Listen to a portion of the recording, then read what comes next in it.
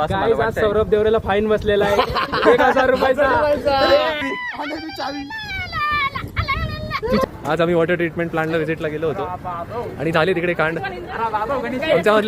आमच्यामधला एक चढला कैरीच्या झाडावरती आणि मग सरांनी आमचे 8-10 जणांचे घोडे लावले। त्यात पण स्पेसिफिकली सोहम पर्वतेजींचं नाव लिहून घेतलं सरांनी। बिचाराने काही नव्हतं केलं, शेवटी आला 10 मिनिटानंतर सोहम इकडे तो सोहम येतोय, बिचाराचं नाव लिहून घेतलं उगाच। बिचारा इतका गरीब आहे, उगाच कांड झाले।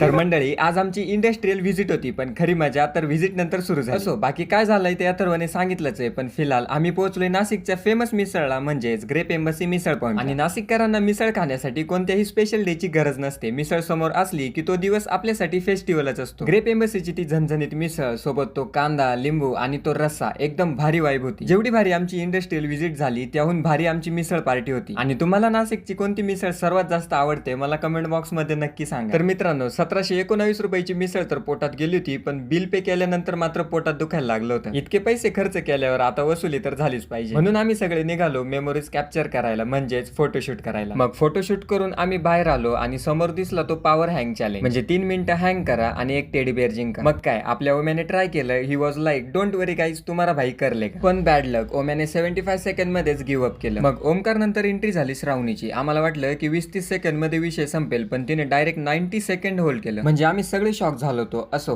खूप छान ट्राय केला गाईज। आता याच्यानंतर खरी मजा येते पार्किंग मध्ये। तिकडे एका वॉचमॅन काकांचा पोस्टर होता, मग काय वी आर इंजिनियर, सो थोडा दिमाग तो लगा नाही था। पोरांनी डायरेक्ट त्याला कॉलेजचा आयडी घालून दिला आणि त्याच्यासोबत फोटो काढले, पण त्या बिचाऱ्या वॉचमॅन काकांचं कोणीच नाही ऐकलं आणि गाड्या दुसरीकडेच लावून दिल्या। आणि इकडे बघतो तर श्रावणीच्या ऍक्सेस 125 ची पॉवर टेस्टिंग चालू होती। एका स्कूटीवरती तिघं बसले, मी पण चौथा जातो। आज सौरभ देवरेला फाईन बसलेला आहे 1000 रुपयाचा। वाईट वाटतंय। भाईला फॉलो करा, भाऊच्या फॉलोअर वाढवा, म्हणजे त्याला पैसे भेटतील इंस्टाग्राम कडनं। जाऊ द्या, ते म्हणताय तर फॉलो केलं नसेल तर पटकन फॉलो करून टाका।